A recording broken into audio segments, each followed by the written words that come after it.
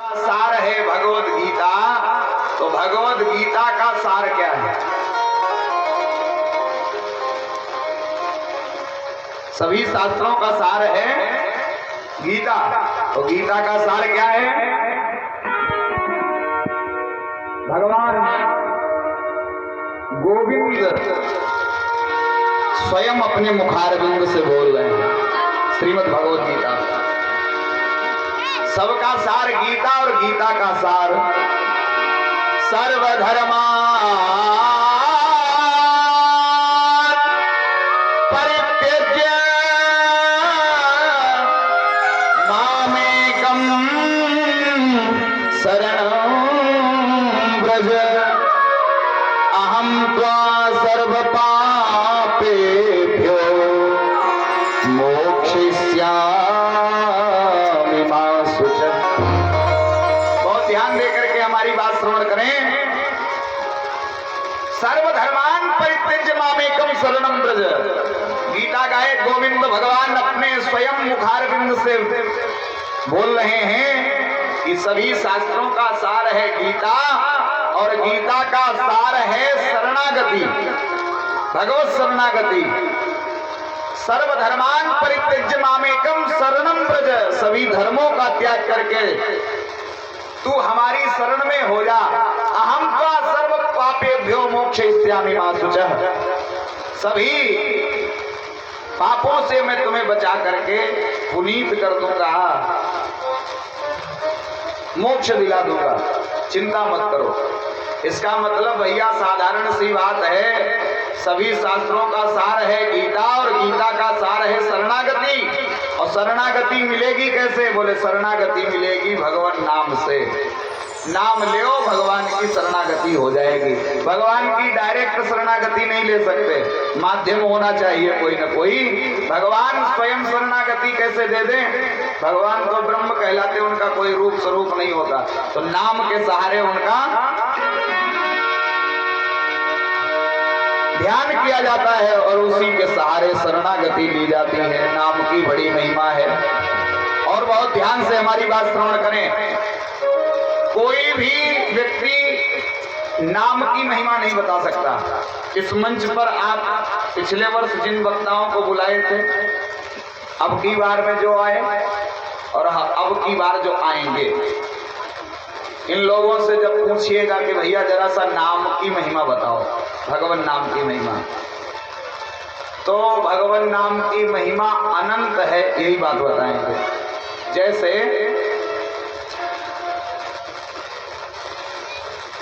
उड़ने वाले दो लोग हैं। एक सबसे छोटा मच्छर, वो भिनभिनाता है, थोड़ी देर तक उड़ता है, फिर परेशान हो जाता है। और ज्यादा बृहद उड़ने वाले बोले गरुड़ जी महाराज हैं, उनकी भी दौड़ है अपार। इन दोनों से एक प्रश्न किया जाए कि बताओ ये आकाश की लंबाई कितनी, चौड़ाई कितनी है, माप तोल करके बताओ। तो मच्छर साधारण सा है, उसकी ताकत भी उतनी नहीं, तो थोड़ी देर 10-5 मिनट भिनभिनाएगा इधर उधर और उसके बाद में बता देगा आकाश अनंत है। और यही प्रश्न जब गरुड़ जी से किया जाएगा तो गरुड़ जी भाई बहुत ताकतवर हैं, तो ये तुरंत नहीं, ये शायद 2-4-6 साल तक तो उड़े अपनी ताकत के अनुसार, लेकिन उड़ने के बाद में भी वही बताएंगे जो 2-4-5 मिनट में मच्छर ने बता दिया। वो भी लौट करके यही बताएंगे भैया आकाश अनंत है।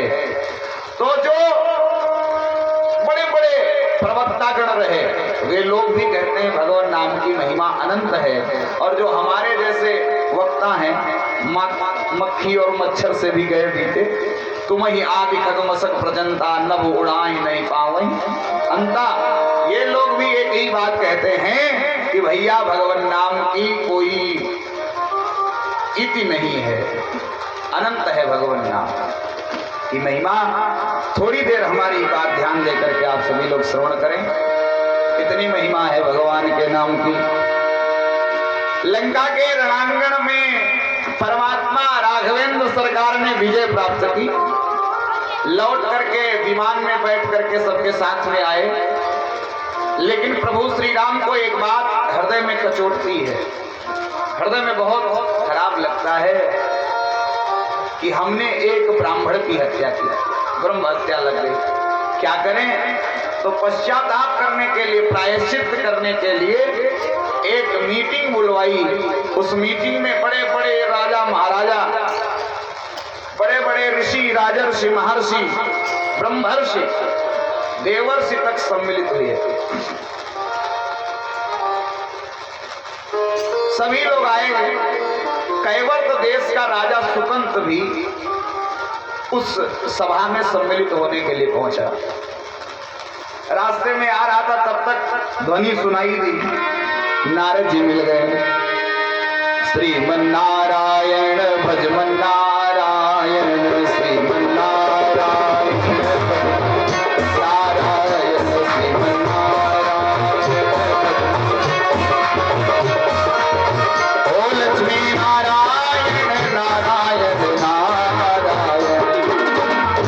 लक्ष्मी नारायण नारायण नारायण, श्रीमन नारायण भजमन नारायण, श्रीमन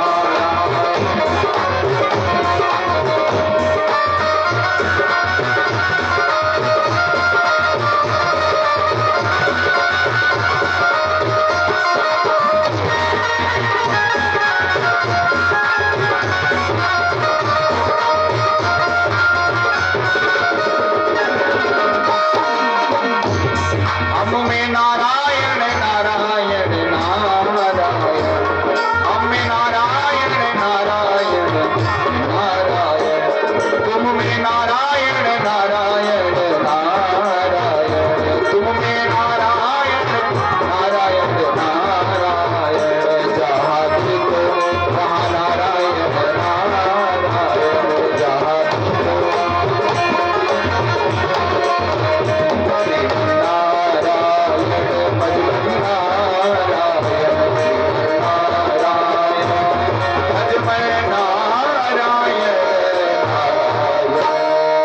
बोलिए लक्ष्मी नारायण भगवान की। नारद जी महाराज मिले, सुकंत को तुरंत बुलाया। कहाँ जा रहे हो? प्रणाम किया, देवर्षि प्रणाम। कहाँ जा रहे हो? बोले प्रभु श्री राघवेंद्र सरकार की सभा में बुलावा आया है, इसलिए जा रहे हैं। बोले अच्छा ठीक है, जाना ही चाहिए, तुम भी राजा हो, राम जी भी राजा हैं, राजा राजा के सभा में तो जाएगा ही। एक काम करना, वहां जो लोग आए होंगे वे सब के सब तुमसे बड़े होंगे, तो एक काम करना, तुम सबको प्रणाम करना, तुम सबसे छोटे हो। सुकंत ने कहा महाराज वो तो आपने सिखाया ही, अभिवादन शील से नित्य वृद्धोपसेविना चत्वारे तस्य वर्धन्ते आयुर्विद्या। बड़ों को प्रणाम करने से तो बढ़ता ही है, कुछ घटता नहीं। प्रणाम करना ही चाहिए। करूंगा, अवश्य करूंगा महाराज। अच्छा महाराज प्रणाम। आगे बढ़े और जैसे ही सुकंत आगे बढ़े तो नारद जी ने फिर से रोका। बोले सुनो सुकंत, क्या बात महाराज? बोले काम करना, वहां सबको प्रणाम करना, लेकिन एक महाराज बैठे होंगे उनको प्रणाम न करना। कौन? बोले विश्वामित्र जी महाराज बैठे होंगे, उनको प्रणाम मत करना। बोले काहे नहीं प्रणाम करेंगे महाराज? अरे बोले वो ऐसा है, वो पहले गाधी राजा के लड़के थे, क्षत्रिय देह है उनकी, और अब वो बाबा बन गए, तो पता ही नहीं चलता वो राजा है या महाराज हैं। कभी वो महर्षि बनते हैं, कभी ब्रह्मर्षि बनने की सोचते हैं। उनकी कोई खबर नहीं, अभी पक्का नहीं हुआ है कि वो क्या है, इसलिए प्रणाम मत करना। नारद जी ने ऐसे ढंग से समझाया कि सुगंध को समझ में आ गया। अच्छा याद बात और, नारद जी जिनका समझावा वही को समझ में ना हुआ। नारद जी ऐसे विधि से समझाया, पल्ले पड़ गई। हाँ महाराज ठीक नहीं, प्रणाम करेंगे। सुगंध गए, सबको प्रणाम किया। सबको प्रणाम किया और जब विश्वामित्र जी का नंबर आया तो उस कुर्सी को छोड़ दिया, आगे बढ़ गए। अन्य सबको प्रणाम करने लगे। अब विश्वामित्र जी को बड़ा खराब लगा, बहुत बुरा लगा। अरे भरी सभा में मेरा अपमान कर दिया। अच्छा देखो, ये मानव की प्रवृत्ति ऐसी होती है, लोग ये नहीं देखते कि किन लोगों ने मुझे प्रणाम किया है, लोग ये ज्यादा देखते कि किन लोगों ने मुझे प्रणाम नहीं किया है।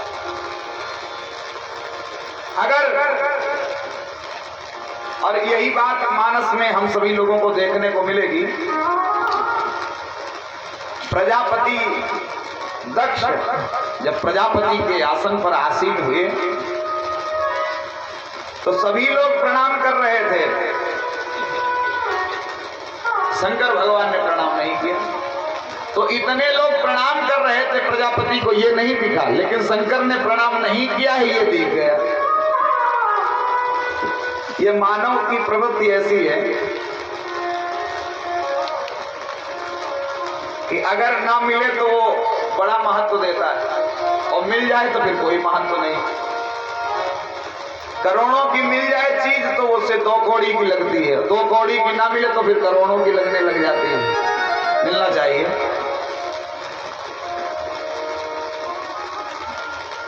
एक बार एक बुढ़िया ने एक महात्मा जी को आमंत्रण किया, बोले बाबा आइएगा हमारे यहाँ भोजन कर जाइएगा करके। महात्मा सवेरे सवेरे उसके यहाँ पहुंचे तो बुढ़िया ने सब कुछ बड़े व्यंजन बनाए थे और सब कुछ थाली में सजा करके पूरी थाली भर करके बाबा के सामने रखी। बोले ले बाबा प्रारंभ करो। बुढ़िया से गलती एक हो गई, उसने पापड़ भूजे थे और पापड़ वाली थाली वो अपने पीछे भूल गई और पापड़ वो पीछे, बुढ़िया आगे बैठी पंखा जले। बोले बाबा शुरू करो और बाबा दिमाग कोई पापड़ में अटका, थरिया भरी ना देखा दे बाबा के यहाँ। बाबा वो बार जो दौड़ा रहे हैं कि वो पापड़ चारे और धरिया ही माना तो शुरू की जाए। तो बाबा ने जुगाड़ बनाया। अच्छा देखो भैया, कभी कभी बात बन जाती, बहाने बन जाते हैं और कभी बात बनाते रहो तो बात बनते बिगड़ जाती। बाबा ने बात बनाई, बहाने से बात बन गई। बाबा बोले मैया आज हमारे बड़े भाग्य, नहीं तो आज भोजन नहीं करने को मिलता, आज तो हमारे गए थे प्राण, मर जाते हैं। क्या हुआ बाबा? तो बोले मैया हम रास्ते में आ रहे थे, बड़ा लंबा सांप दिखा। तो बोले कितना लंबा सांप दिखा? बोले बता दें? बोले हाँ। बोले इतना ही लंबा जैसे वो देखो पापड़ की थाली रखी, इतना ही लंबा था। बुढ़िया ने मुड़ करके देखा, बोले अरे महाराज हम पापड़ देना भूल गए। बोले हम तो ये बता रहे थे कि सांप कितना लंबा था। तो कभी कभी बात बनाने से बात बन जाती, कभी कभी बात बनते बिगड़ जाती। एक के घर आया मेहमान जाए नहीं। अच्छा मेहमानों जाए बज के थोड़ा मेहमान जाए बजना है, मेहमान खाए बज आवत। 2-3 चीजें हैं जो जाती नहीं अपनी तरफ से, जुकाम आ जाए, बुखार आ जाए और मेहमान आ जाए। ये आज तो जात अपनी बात है, जात ना है। और इनका तीनों क्या रे, कोई उपाय है, तीनों एक साथ में चले जाते हैं। उपाय एक, ज्वर जुखाम और पाहुना, इनका एक उपाय है। ज्वर जुखाम और पाहुना इनका एक उपाय, लंघन दे दो तान के फिर न वापस आए। खाना न दे भूखे मर्जी है ना करिए दोबारा। बुखार आ जाए, खाते रहोगे तो कहां बुखार जाएगा, परहेज करो चला जाए। ज्वर जुखाम और पाहुना इनका एक उपाय, लंघन दे दो तान के फिर न वापस आए। अब घर में फंसा मेहमान, घर में ज्यादा लोग नहीं, 2 लोग, पति पत्नी, तीसरा फंसा मेहमान। ऐसे तो नमक रोटी भी खा के काम चला ले, लेकिन मेहमान आया तो बढ़िया तली भुनी बनानी पड़ेगी। पत्नी बोली आपके मेहमान बड़े ढीठ हैं, जाते नहीं हैं। बोले काहे को जाएगा, बढ़िया थोप थोप के खिलाओ, बढ़िया बढ़िया, काहे को जाएगा, वो तो स्वाद लेने के लिए पड़ा ही है, मेहमान होते ही इसीलिए। तो बोले क्या करें, ना खिलाएं? बोले मत खिलाओ। बोले अपने यहाँ तो अतिथि देवो भव, अतिथि का स्वागत सत्कार किया जाता है, अपने यहाँ ऐसा कभी नहीं हुआ कि अतिथियों का अपमान किया जाए। तो बोले खाना मत बनाओ। बोले कैसे ना बनाए, मेहमान बैठा है, अपने लिए ना बनाए लेकिन उसके लिए तो बनाना पड़ेगा। तो बोले लड़ाई कर लियो। तो पत्नी ने कहा अपने में लड़ाई होती नहीं कभी, अभी आज तक तो शादी के बाद तो हुई नहीं। तो पति ने कहा कि सच्ची वाली ना करो, झूठ मूठ वाली कर लो, बहाने वाली। तो साठ गांठ हो गई, लड़ाई का पूरा प्लान बन गया। दोपहर का खाना हो गया और शाम के खाने की जब व्यवस्था होने लगी तो पति ने कहा क्यों रात्रि वाले भोजन में क्या बनाया जा रहा है? तो वो अंदर से बोली बनाई बात तो तब जब कुछ हुई, लेके आ गया सब्जी। बोले सब्जी तो अभी परसों लेके आए थे। बोले खाए आएंगे हो? वो भी उठा, मेहमान के सामने उसकी बेइज्जती हो रही। तो बोले अब ज्यादा पे ज्यादा हाथ तुम्हारा चलता है। बोले तो फिर तो मैं बना लेने करो। लई पे गवा मोगरी देर दनादन रजाई गद्दा कूटे। बोले जाओ, अगर मारोगे तो हम खाना नहीं बनाएंगे। अब मेहमान सोचे जब खाना ही नहीं बने तो हमका मिली का तो चलो अब दूसरा घर देखें चल करके। लेकिन सोचा हो सकता है कुछ कहने से मान जाए। वो खूब चिल्लाए, हाय मार डालोगे, हम अपने बाप से शिकायत कर देंगे। पति बोला बताने के लिए बचोगी तब ना, छोड़ेगा नहीं, मार डालेंगे। मेहमान सोचा यहाँ मोगरी चल रही है, पूरी कौन धोई। तो बाहर से उसने आवाज लगाई, भाई देखो लड़ना अच्छी बात नहीं होती, लड़ो मत। तो अंदर से बोला बोले तुम मेहमान हो, तुम चुप पे बैठो, चुप पे बैठो, हमारे बीच हम तुमने बोल दे हो, तुम मेहमान हो, बैठो बैठो। अब बोले ले हमारी भी बात नहीं सुनी जा रही, तो क्या करें? तो उसने दूसरा बहाना बनाया, सोचा अब की बात। तो बोले अगर तुम लोग लड़ते रहोगे तो हम चले जाएंगे। अंदर से बोला जाओ जाओ जाओ। वो भी क्रोध में था, बोले जाओ जाओ। तो मेहमान ने सोचा अब तो आदेशों में लिखा, अब नहीं करो, अब पूरी परेठा कुछ नहीं। उसने अपना झोड़ा जंगल उठाया गया बाहर। तो पर्दे से देखा पति पत्नी ने कि मेहमान गया। बोले गया, बला टली। उसने देखा पत्नी रो रही थी तो उसने कहा तुम काहे इतना रो रही हो? हम सचमुच का थोड़ी मार रहे थे, हम तो झूठे मूठ का मार रहे थे। तो पत्नी बोली कि तुम क्या सोचते हो कि हम सच्ची का रो रही थी? हम भी तो झूठे के रो रही थी। तब तक पीछे से आया मेहमान, बोले हम भी कहाँ सच्चे गए थे, हम भी तो झूठे मूठ के गए थे। तो कभी कभी भैया बात बनाते बनाते बात बिगड़ जाती है। दानवीरों के नाम सुन लीजिए। 51 मुद्राएं प्रमुख पाल अरमी, 11 मुद्राएं रामू शर्मा अरमी, 30 मुद्राएं ननकू पाल अरमी, 11 मुद्राएं शिव पूजन कश्यप अरमी, 11 मुद्राएं शुभम अरमी, 11 मुद्राएं शोभित अरमी, 11 मुद्राएं ज्योति देवी अरमी, 51 मुद्राएं रामेंद्र कश्यप, 51 मुद्राएं रामेंद्र पाल जी की तरफ से दान हो रही। मंगल कामना। धन्यवाद। बहुत ध्यान देकर के हमारी बात श्रवण करें। कभी कभी बात बनते बनते बिगड़ जाती है। कहने का भाव हमारा ये है कि बहुत सी चीजें जब संसार में हमें उपलब्धि हो जाती है, प्राप्त हो जाती है, तो फिर उसका महत्व नहीं देते, और ना मिले तब फिर वो करोड़ों की लगने जाती है। वो भले ही वो हो, उसका कीमत कुछ भी ना। विश्वामित्र जी को राम जी स्वयं प्रणाम करते हैं। राम कौन? बोले राम ब्रह्म व्यापक जग जाना और परमानंद परेश पुराना। राम ब्रह्म है, जो ब्रह्म साक्षात प्रणाम करता है विश्वामित्र जी को, ये नहीं दिख रहा है। कहाँ जा रहे हैं? जाओ जाओ, जिन लोगों को जाना आराम से निकल जाए बिना बोले हुए। बोले सच्चिदानंद भगवान की।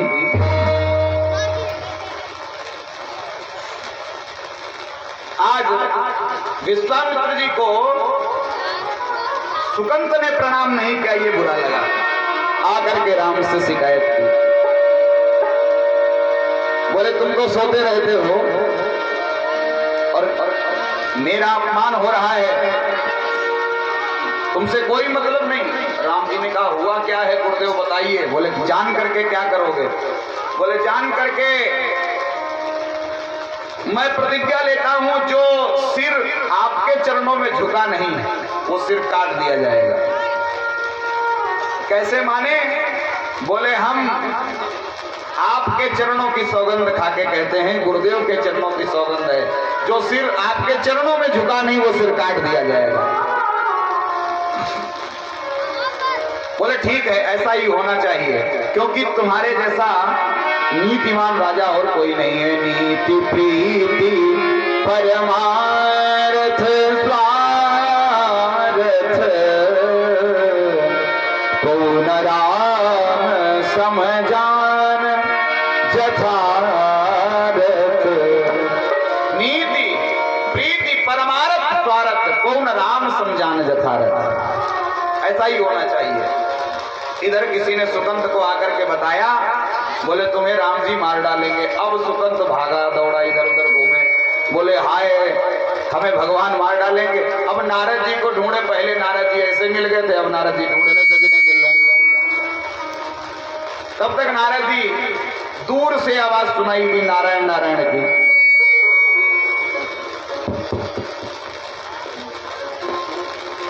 नारद जी के पास में आए, बोले बाबा हमें बचाओ। बोले हम बचा नहीं सकते। बोले अच्छा मारे प्लान बना सकते हो? बोले बचाओ कोई जुगाड़ नहीं। बोले जाओ गंधमादन पर्वत पर चले जाओ, वहां एक मैया बैठी होगी, उनके चरणों में प्रणाम करना और जब तक त्रिवाचुक ना कर ले तब तक शीश मत उठाना। समझ लो तुम्हारे प्राणों की रक्षा हो जाएगी। आज ऐसा ही किया। सुकंत आया और प्रणाम करता है अंजनी मैया के चरणों में, मैया त्राहिमाम मेरी रक्षा करो रक्षा करो रक्षा करो। आज मैया ने तुरंत कहा क्या बात है? बोले जब तक आप मुझे बचाने की सौगंध नहीं खा लेंगे तब तक हम शीश नहीं उठाएंगे। मैया ने भी आशीर्वाद दे दिया, जाओ तुम्हारे प्राणों की रक्षा होगी होगी होगी। सुकंद ने सिर उठाया, मैया मुझे बचा लो, मैं मार डाला जाऊंगा, मुझे मरवा दिया जाएगा। कौन मरवा देगा? बोले विश्वामित्र जी। बोले ठीक है, अभी तुम्हारा सिक्योरिटी गार्ड आता है और उसके साथ में रहो। प्रातः काल और संध्या के समय में हनुमान जी महाराज कहीं भी रहें, लेकिन इन दोनों समयों में मैया को प्रणाम करने अवश्य आते हैं। शाम के समय में जैसे ही प्रणाम किया, अंजनी मैया ने कहा एक बात बताओ, एक आश्रित के प्राणों की रक्षा करने का मैंने वचन दिया है, क्या पूरा करोगे? हनुमान जी ने कहा मैया आज तक आपने आशीर्वाद दिया, कभी आदेश नहीं दिया, आज आदेश दे रही हो, इस आदेश का पालन करूंगा। मैं तो यही सोच रहा था कि कभी तो आप मुझसे कुछ कहो। आज मेरे लिए सौभाग्य की बात है, आपने कहा तो मैं पूरा करूंगा। सुकंद को निकाला गुफा से, ले तुम्हारा सिक्योरिटी गार्ड आ गया, इनसे मिलो। हनुमान जी ने कहा बताओ कौन मारेगा? बोले राम जी मारेंगे। अंजनी मैया ने कहा तुम तो अभी विश्वामित्र जी का नाम ले रहे थे। बोले नहीं नहीं मरवा डालेंगे, वो मार डालेंगे राम जी। अब हनुमान जी भी चौंके कि ये तो बड़ा गजब हो गया, क्योंकि अगर राम जी ही मारेंगे तो फिर बचाएगा कौन? संसार अगर मारने पर तुला हो तो भगवत शरणागति ली जाती है, तो भगवान बचा लेंगे। और जिसे भगवान ही मारना चाहे तब तो फिर कोई और उपाय नहीं है। हनुमान जी ने जरा सी चिंता व्यक्त की। अंजनी मैया ने कहा हनुमान अगर तुम इसकी रक्षा नहीं कर सकते हो तो तुरंत मुझे मना कर दो। मैं साधारण की मां नहीं हूं, मैं हनुमान की मां हूं। मैंने हनुमान जैसे पुत्र को जन्म दिया है तो मैं रक्षा भी स्वयं कर सकती हूँ। हनुमान जी ने जैसे ही सुना कि मैया क्रोधित हो रही हैं, तो हनुमान जी ने कहा मैया जो होगी सो देखी जाएगी, आज आप ही की बात सही, मैं इसके प्राणों की रक्षा करूंगा। कैसे माने? बोले मैं अपने प्रभु श्री राम के चरणों की सौगंध खा के कहता हूं कि मैं इसे बचाऊंगा। इधर राम जी ने सौगंध खाई गुरुदेव भगवान के चरणों की कि मैं इसे मारूंगा, और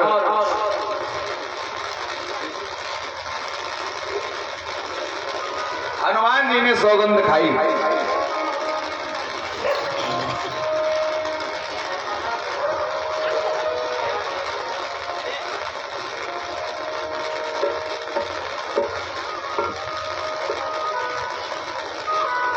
बोले सियावर रामचंद्र भगवान की। राम जी ने गुरुदेव भगवान के चरणों की सौगंध खाई कि मैं मारूंगा, और हनुमान जी ने राम जी के चरणों की सौगंध खाई कि मैं बचाऊंगा। सुगंध को उठाया, उसकी राजधानी कैवर्त छोड़ा, और रात्रि में आए हनुमान जी महाराज अयोध्या में। अयोध्या में भैया बाण पहने किए जा रहे हैं रात्रि में, सिली मुख नाना। राम जी के चरणों में प्रणाम किया, प्रभु प्रणाम। हनुमान जी को देखा, बोले आओ हनुमान, आज तुम्हारी ज्यादा आवश्यकता है। एक बार लंका पर हम लोगों ने आक्रमण किया था, अब कल की तैयारी करो, मेरे साथ चलो। और एक और राजा उद्दंड हो गया, उसको दंड देना है, कल चल करके उसका वध करना है, मेरा साथ दो। कौन? बोले कैवर्त देश का राजा सुकंद। हनुमान जी ने तुरंत कहा, प्रभु क्षमा कर दो, उसे माफ कर दो। क्यों माफ कर दें? मैंने गुरुदेव भगवान के चरणों की सौगंध खाई है कि कल वो सूर्योदय नहीं देख पाएगा, मैं मार डालूंगा। हनुमान जी ने कहा, मैंने अपने प्रभु श्री राम के चरणों की सौगंध खाई है कि मैं उसे बचाऊंगा। अब सब लोग चिल्लाने लगे, वाह हनुमान जी तो राम जी के विरोध में जाएंगे। राम जी ने कहा, क्यों हनुमान, मेरा विरोध करना चाहते हो? हनुमान जी ने कहा, नहीं नहीं, विरोध करने का कोई मन नहीं है, मैं जानता नहीं था कि आपने प्रण किया है मारने का, लेकिन एक बात सुनिए प्रभु, मैंने प्रण दिया है अपनी मैया को, अब माँ को वचन दिया है तो इसे तोड़े कैसे? राम जी ने कहा, प्रण तोड़ दो हनुमान। हनुमान जी ने कहा, प्रण हम तोड़ देंगे, एक शर्त पर। इस शर्त पर हनुमान जी ने चरणों में प्रणाम करके कहा, प्रण आप तोड़ दो तो हम भी तोड़ देंगे, क्योंकि हम भी साधारण के दूत नहीं हैं, हम राम दूत हैं। राम जी जब अपने प्रण को नहीं त्याग सकते तो हम कैसे प्रण को त्याग दें? हाँ, मौके पर यह जरूर देखा गया है कि भगवान ने अपने प्रण का त्याग किया है। प्रबल प्रेम के पाले पड़कर प्रभु को नियम बदलते देखा। प्रबल प्रेम के पाले पड़कर प्रभु को नियम बदलते देखा। प्रबल प्रेम के पाले पड़कर प्रभु को नियम बदलते देखा।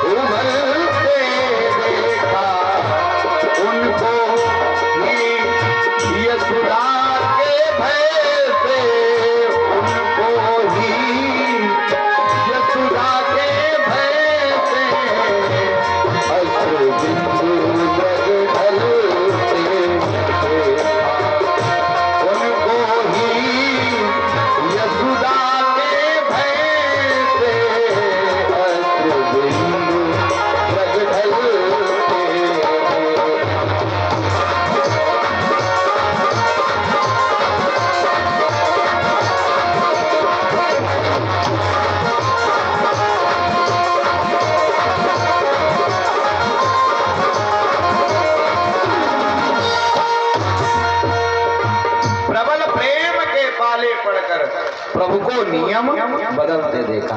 प्रभु यदि अपना आप प्रण तोड़ देंगे तो हम अपना प्रण तोड़ देंगे। राम जी ने कहा नहीं नहीं, मेरा प्रण होता तो तोड़ देता, मैंने गुरुदेव भगवान के चरणों की सौगंध भी खाई है, इसलिए प्रण नहीं तोड़ सकते।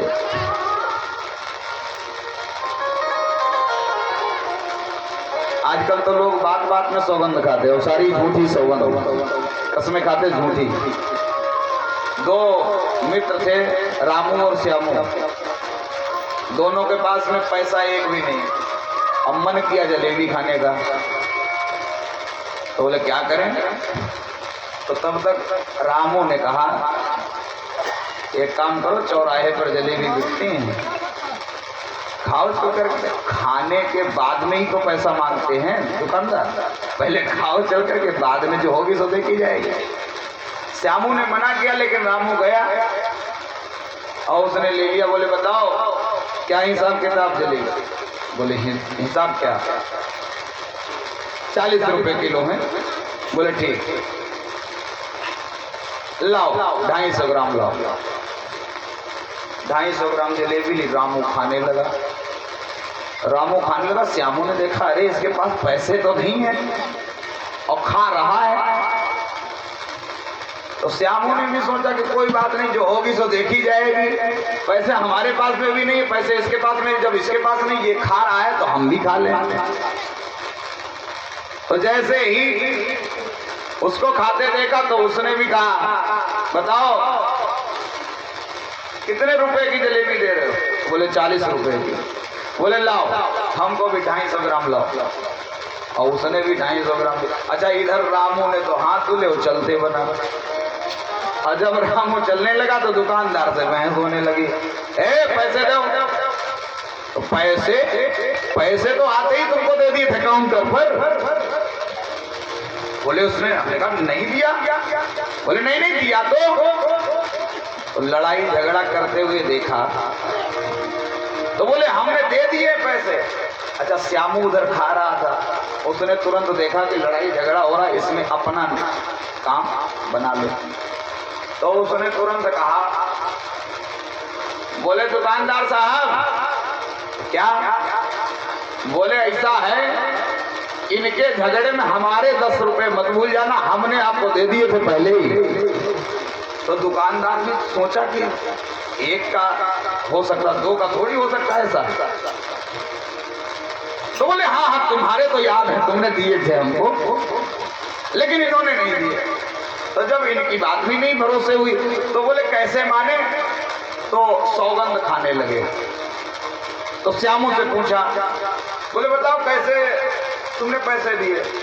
तो बोले तुम बताओ गंगा जी की सौगंध खा जाएंगे, बताओ गंगा जली अपनी खोपड़ी पे उठा लें, बताओ शंकर जी जो भी देवी देवता तुमको ज्यादा सिद्ध हो, उस देवी देवता की हम सौगंध खा के कह रहे हैं कि जैसे रामू ने पैसे दिए थे वैसे ही हमने भी पैसे दिए हैं।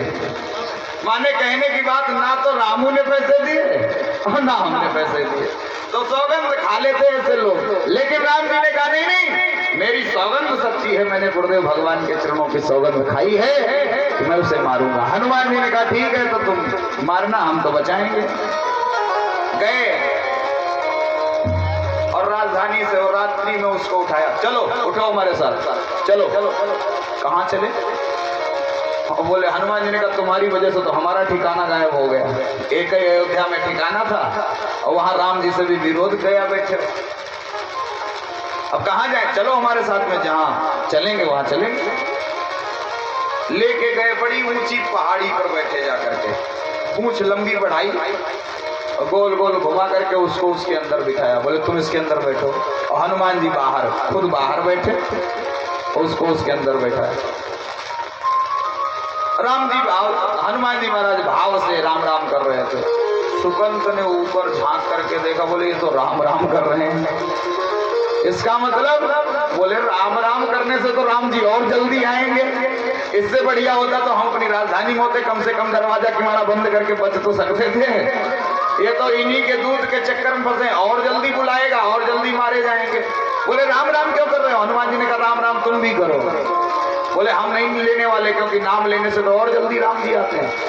बोले ऐसी बात नहीं है, राम जी की महिमा अलग है और राम जी के नाम की महिमा अलग है।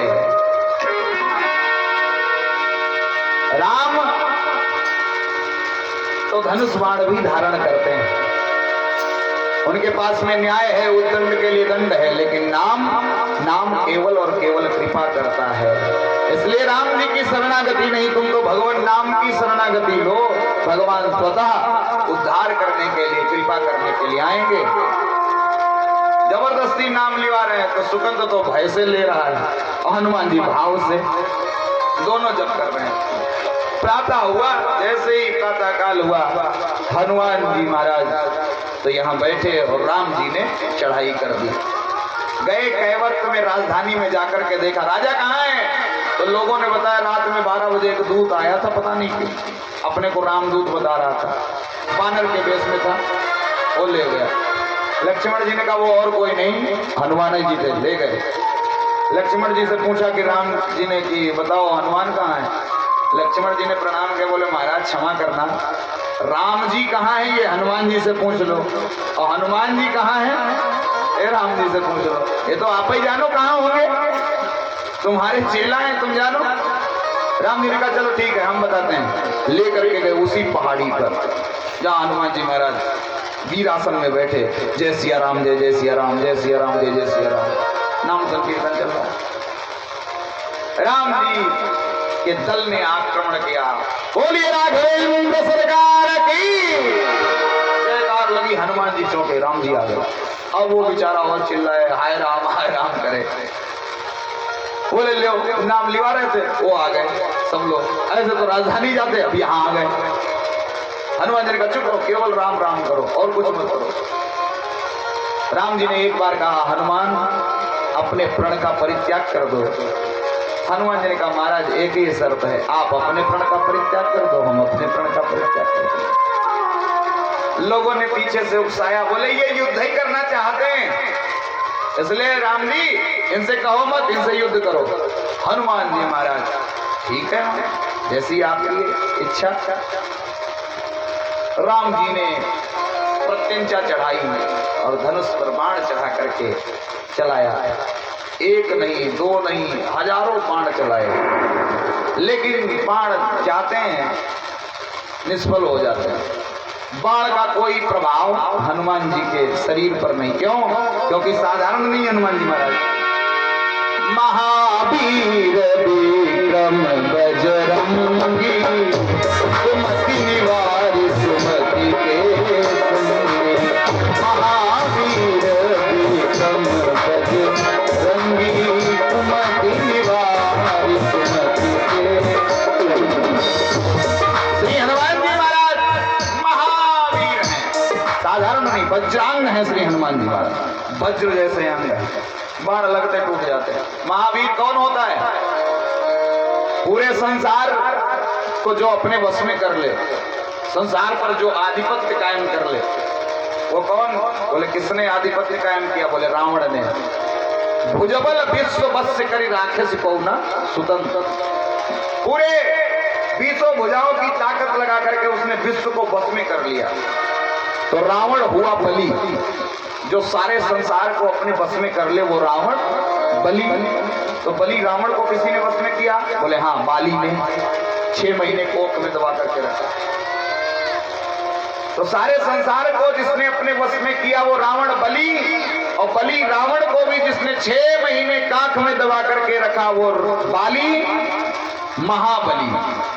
सुनहु कहा सुग्रीव, सुनहु रघुबीरा, बाली महाबल अति रणधीरा।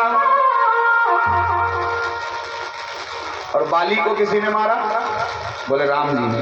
तो राम जी कौन हुए?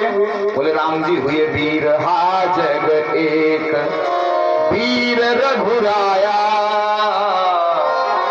पूरे संसार को जिसने वश में कर लिया वो रावण बलि, बलि रावण को जिसने अपने वश में कर लिया वो बाली महाबली, महाबली बाली को भी जिसने अपने वश में कर लिया वो राम जी वीर, और जिन्होंने राम जी को भी अपने वश में कर लिया वो हनुमान जी महाराज। महावीर विक्रम बजरंगी मटिनी बार सुमति के संग महावीर विक्रम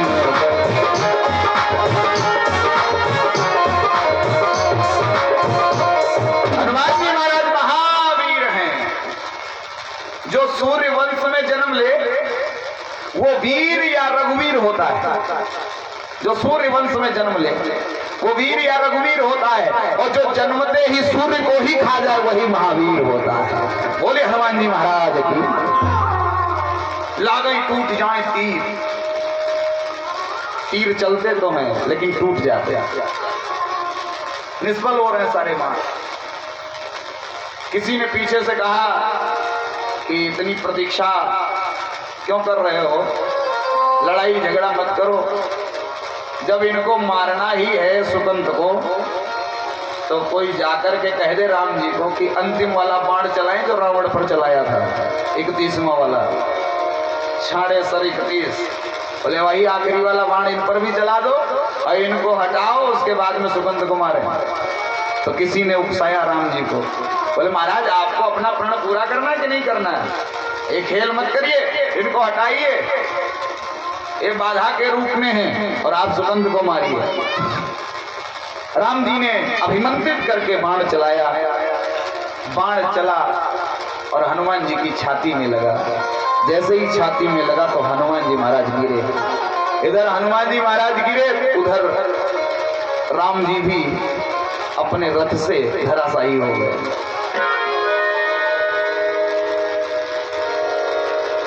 देखा सारथी ने रघुवीर रथी मूर्छित हैं, क्रोधित। देखा सारथी ने रघुवीर रथी मूर्छित हैं, सारथी सभीत लक्ष्मण पे भागो है। सारथी दौड़ करके लक्ष्मण जी से संवाद सुनाता है। सुनायो संवाद भगवान भूमिगामी भय, तो क्रोधित अनंत ने तुरंत रथ त्यागो है। लक्ष्मण जी कूद पड़े और दौड़ करके आए। राम जी के पास में देखा तो कोई अस्त्र शस्त्र नहीं है, कहीं घाव नहीं, कहीं चोट नहीं, कोई निशान नहीं। तो मन में विचार किया हो सकता है हनुमान जी तो अष्ट सिद्धि नवनिधि के दाता हैं, कोई सिद्धि करके ही जादू से चला दिया हो कुछ। हनुमान जी के पास में जाकर के जरा देखें तो पहुंचे विनीत हनुमंत पे न पायो शस्त्र, वक्ष भंग देखी द्रगयंबु अनुरागो है। जहां पर बाण लगा था उस जगह को जब देखा तो वहां से रक्त बह रहा था, और जैसे ही रक्त बहते हुए देखा तो लक्ष्मण जी के नेत्रों से अश्रु बहने लगे। क्यों? क्योंकि कपि के हिये में विराजे रघुवंश भानु, रघुवंश भानु के हिये में बाण लागो है। वो बाण वस्तुतः राम जी का, हनुमान जी को नहीं, राम जी का बाण राम जी को ही लगा है, क्योंकि छाती में हनुमान जी की और कोई नहीं। प्रभु चरित सुनिवे को रसिया, राम लखन सीता मन बसिया।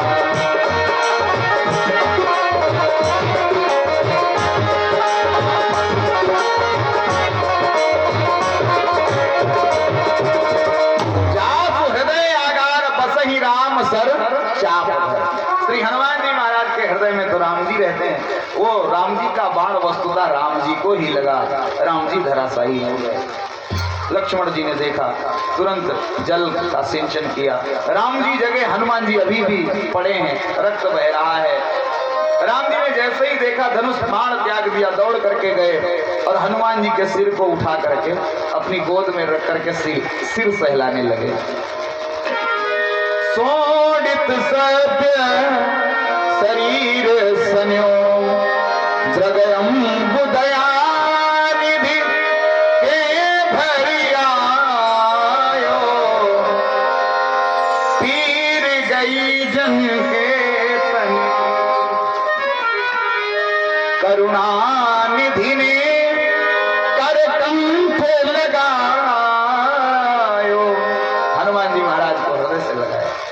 हनुमान जी जागृत हो गए। जिसके सिर पे हनुमान जी के राम जी ने हाथ रख दिया, जिसके सिर पे राम जी हाथ रख दे वो भी जागृत नहीं होगा। और फिर हनुमान जी जैसा वक्त जागृत हो गए। अच्छा, इधर राम जी की वरद हस्त रखने से हनुमान जी तो जग गए, लेकिन राम जी अभी भी नेत्र बंद किए, अश्रु प्रवाह करते जा रहे, रोते जा रहे, रोते जा रहे। और नेत्र बंद किए सोच रहे हैं कि जब तक हनुमान पूरे स्वस्थ नहीं हो जाएंगे तब तक हम सिर सहलाना बंद नहीं करेंगे। और हनुमान जी ने ऊपर देखा, राम जी रो रहे हैं, नेत्र बंद किए, तो सिर सहला रहे थे। और जैसे ही सिर सहलाने के बाद में ऊपर हाथ उठाया तो दूसरी बार कृपा करके हनुमंत पे हाथ विनीत सिधायो। तो हनुमान जी ने तुरंत अपना सिर हटा लिया और हटाने के बाद में पीछे से निकाला, सुकंद की खोपड़ी उसी में लगा दी। तो देखी हसे रघुनाथ जब, देखी हसे रघुनाथ जब, निज हाथ सुकंद के माथ पे पाए हो। देखी हसे रघुनाथ जब।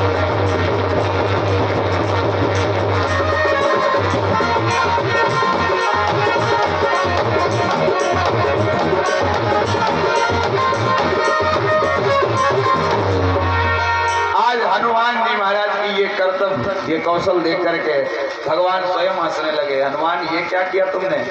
बोले, हनुमान जी ने कहा महाराज अब सब कुछ आपके ही हाथ है। इसके सिर पे भी हाथ आपने रख दिया और अब इसको मारना है या छोड़ना है ये सब कुछ आपके ही हाथ है। सुगंध के सिर पे हाथ रख गया। तब तक विश्वामित्र जी प्रकट हो गए। राम क्या कर रहे हो? अभी तक उसको दंड नहीं दिया। हनुमान जी महाराज ने देखा विश्वामित्र जी आ गए, तुरंत सुकंद से कहा, बोले तब सभा में प्रणाम नहीं किया था, अब जाओ, अब आ गए, अब प्रणाम कर लो जा करके। तो सुकंद दौड़ करके गया, चरणों में प्रणाम किया। जैसे ही प्रणाम किया वैसे ही प्रणाम करते ही विश्वामित्र जी ने कहा आयुष्मान भव, आशीर्वाद दे दिया सुकंद को। अब खुद चौंक रहे हैं कि हमने ही कहा मारो, इधर राम जी का प्रण भी है और हमने इसको आशीर्वाद भी दे दिया कि तुम्हारी आयु लंबी होगी। क्या करें? तो विश्वामित्र जी ने ही मना कर दिया। बोले राम अब मत मारना इसको। क्यों? बोले बस हमें यही तो देखना था, साधु का काम सुधार है, संहार नहीं है। सुधारना था, ये सुधर गया। अब कोई मार काट वाली बात नहीं होनी चाहिए।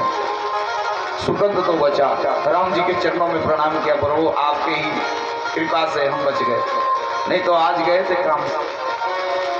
राम जी ने कहा एक बात बताओ सुकंद, विश्वामित्र जी को प्रणाम न करने की बात, ये बुद्धि तुमको किसने दे दी? तो नाम ही लेने वाले थे श्री नारद जी का। तब तक नारायण नारायण करते हुए नारद जी प्रकट हो गए। श्रीमन नारायण भजमन नारायण, श्रीमन नारायण नारायण, लक्ष्मी नारायण नारायण नारायण, लक्ष्मी नारायण नारायण नारायण, श्रीमन नारायण भजमन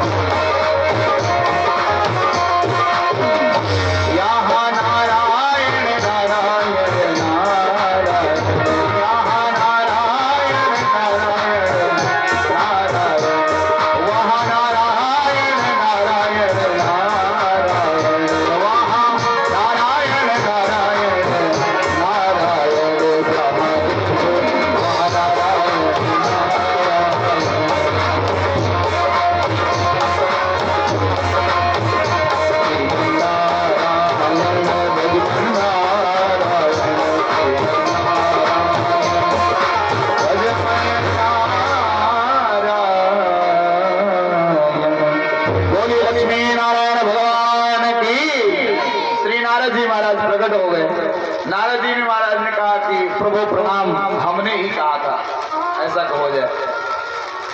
राम जी ने कहा नारद जी ऐसी लीला क्यों रचते हो, अभी खेल खेल में इसके प्राण चले जाते, मर जाता तो। नारद जी ने कहा हम मरने नहीं देते, ऐसी लीला ही की थी कि यहीं पर इसका समापन होगा। क्यों ऐसा किया? तो नारद जी ने कहा हमसे सब लोग पूछ रहे थे संसार वाले कि एक बात बताओ, भगवान बड़े या भगवान का नाम बड़ा, भगवान बड़े या भगवान का नाम बड़ा। तो हम एक एक को किसको किसको समझाते फिरते।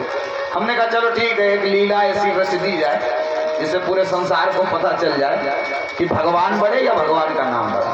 तो भगवान ने छाती चौड़ी करते हुए कहा, तब तो फिर नारद जी आपको पता चल गया होगा हम बड़े हो गए होंगे, हम ही बड़े होंगे ना।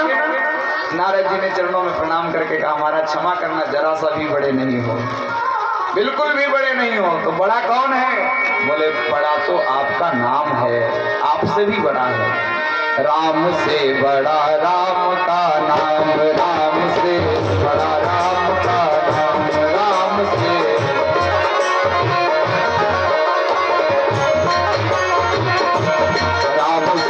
बड़ा राम का नाम, राम से बड़ा राम का। बनाता सबके बिगड़े काम, बनाता सबके बिगड़े काम, राम से बड़ा राम का नाम, राम से।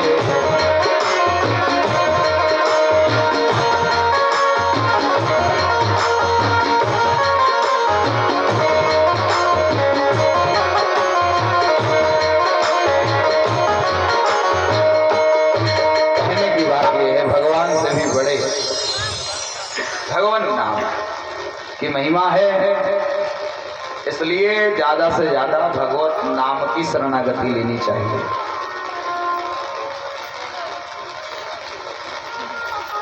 सात नंबर 1 के लेक्चरार हैं, नंबर 1 के प्रवक्ता, और तुलसीदास जी एक लिस्ट में सबका नाम लिखते हैं।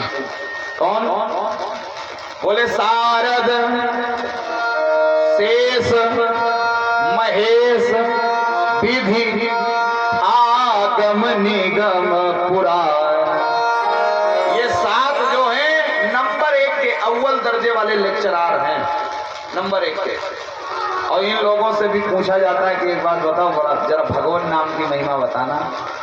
तो ये लोग सब के सब हाथ खड़े कर देते हैं, बोले कथा भागवत करवाए लो, लेकिन हम नाम की महिमा नहीं बता सकते। शारदा मैया जिनके द्वारा जरा सी भक्ति की बात की जाए तो लपक के आती हैं। भगति है तू विधि भवन बिहाई, सुमिरत शारद आवत धाई। भक्ति की जरा सी बात की जाए तो लपक के सरस्वती मैया आती हैं, बोले हमसे सहारा ले लो और हम भक्ति की बात करेंगे। लेकिन इनसे भी जब कहा जाए जरा नाम की महिमा बताओ तो हाथ खड़े कर देती हैं। शारद शेष, शेष माने शेषनाग भगवान जिनके 1000 फण हैं, और 1000 फण तो कम है, एक एक मुंह में 2-2 जीभियां हैं। तो 2000 जीभ्या से जब उनसे कहा जाए कि जरा भगवान नाम की महिमा बताओ तो बोले हम नाम लेते तो हैं लेकिन नाम की महिमा नहीं जानते।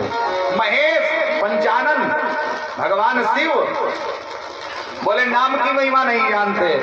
भले ही हम मंगल भवन मंगलहारी उमा सहित जय जपत पुरारी, हम माँ भवानी के साथ में भले ही जपते हैं लेकिन नाम की महिमा नहीं जानते। विधि चतुरानन, वो भी बहाना मार गए, बोले हम भी नहीं जानते क्योंकि 4 मुंह और 4 वेद, हम 4 मुंह से 4 वेद ही पढ़ते रहते हैं। तो बहाना मार गए, वो भी नाम की महिमा नहीं बता सकते। और आगम निगम पुराण सभी लोग जानते हैं। आगम माने जो आगे आगे चले, जो आगे की बताने वाले हों, जो आगे आगे की बात बताएं। आगम माने शास्त्र, निगम माने वेद, और पुराण माने जो सबसे पुरानी बात बताएं। पुराण का मतलब जो पुरानी बातें बताएं तो पुराण। लेकिन ये शारद शेष महेश विधि आगम निगम पुराण के भी बस की बात नहीं है जो भगवान के नाम की महिमा बता दें। चलो भगवान से ही पूछा जाए, तो भगवान से जब पूछा गया तो भगवान भी अपने हाथ खड़े कर देते हैं, बोले कथा भागवत हमसे कराई लो, हमारी पूजा कराई लो, वो सब ठीक है, लेकिन भगवान कहते हैं मेरे नाम की महिमा मुझे भी पता नहीं है।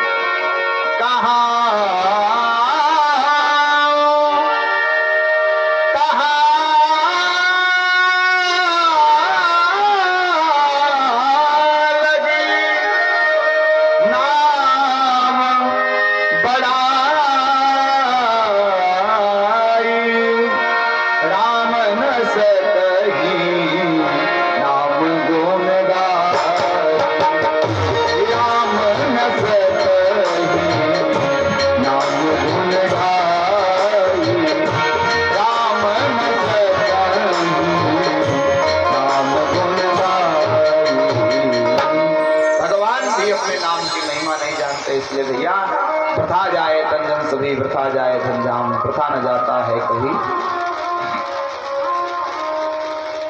नारायण का नाम, भगवान का नाम कभी प्रथा नहीं जाता, इसलिए भगवान नाम के आश्रित रहो, भगवान की शरणागति स्वीकार करो। भगवान की शरणागति लियो चाहे न लियो, भगवान मिले तो ठीक और ना मिले तो कोई बात नहीं।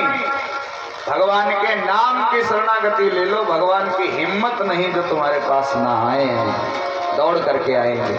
बोली सच्चिदानंद भगवान की, राम नाम महाराज की। आइए मेरे साथ में 2 बार भगवान नाम संकीर्तन करें और भगवत शरणागति स्वीकार करें। तत्पश्चात आगे का जैसा भी आदेश संदेश उपदेश हो आप सभी लोग श्रवण करें, मेरे साथ में सभी लोग गुनगुनाएं।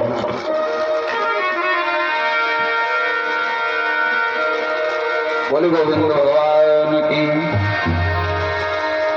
मेरे प्राण प्यारे मुझे मिल गए हो, मेरे प्राण प्यारे मुझे मिल गए हो।